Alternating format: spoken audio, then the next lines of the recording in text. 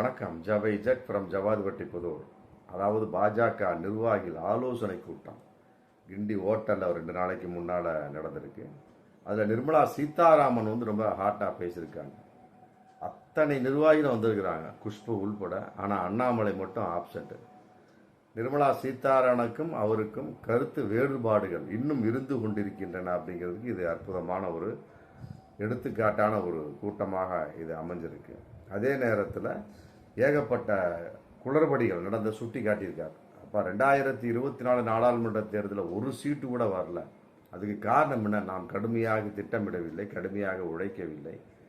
அதையெல்லாம் விட சுயநலமாக நடந்து கொண்டோமா அப்படிங்கிற மிகப்பெரிய ஒரு கேள்விக்கும் இதில் வந்திருக்கு.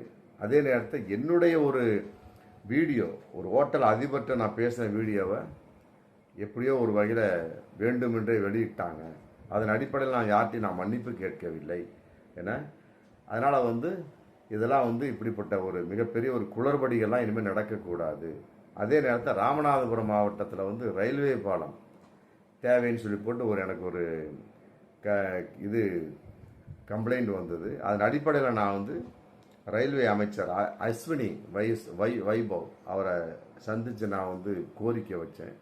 அவர் ஓகே கொடுத்தாரு. இதை கேள்விப்பட்ட ராமநாதபுரம் பாஜக தலைவர், மாவட்ட தலைவர் ஏங்க அங்கே அந்த அளவுக்கு ஒரு விஷயமா பேசுகிறீங்க, மற்றபடி என்கிட்ட எந்த ஒரு அனுமதியும் கேட்கவே இல்லை இப்படி அவரு கேட்குறாரு.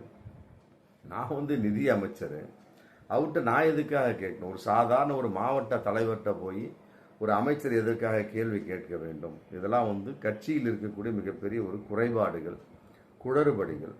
இனி வரும் காலங்களில் இப்படிப்பட்ட குளறுபடிகள், குறைபாடுகள் வரக்கூடாது அப்படின்னு சொல்லி போட்டு நயினார் நாகேந்திரனுக்கும் ஒரு சாட்டையடியான ஒரு விஷயம், அண்ணாமலைக்கு மிகப்பெரிய ஒரு கூட்டு. ஏன்னு கேட்டால் இந்த குளறுபடிகள் எல்லாமே அண்ணாமலை தமிழக பாஜக தலைவராக இருந்தப்ப நடந்த ஒரு விஷயம்.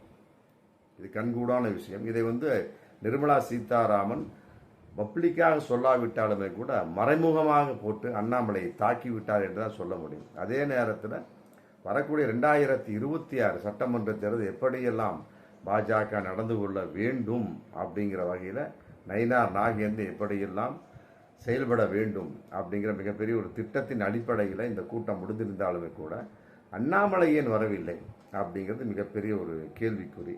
கட்டாயமாக அவர்களுடைய நிலைப்பாடு பாஜகவை விட்டு விலகிய வண்ணமாகத்தான் இருக்கிறது. எல்லா வகையிலுமே கேட்டால் அன்னைக்கே சொல்லிட்டேன், நான் என் சொந்த ஊரில் ஆடு மாடு நிம்மதியாக மேய்ச்சிட்டு இருக்கேன், என்னை விட்டுருங்கப்பா அப்படின்னாரு.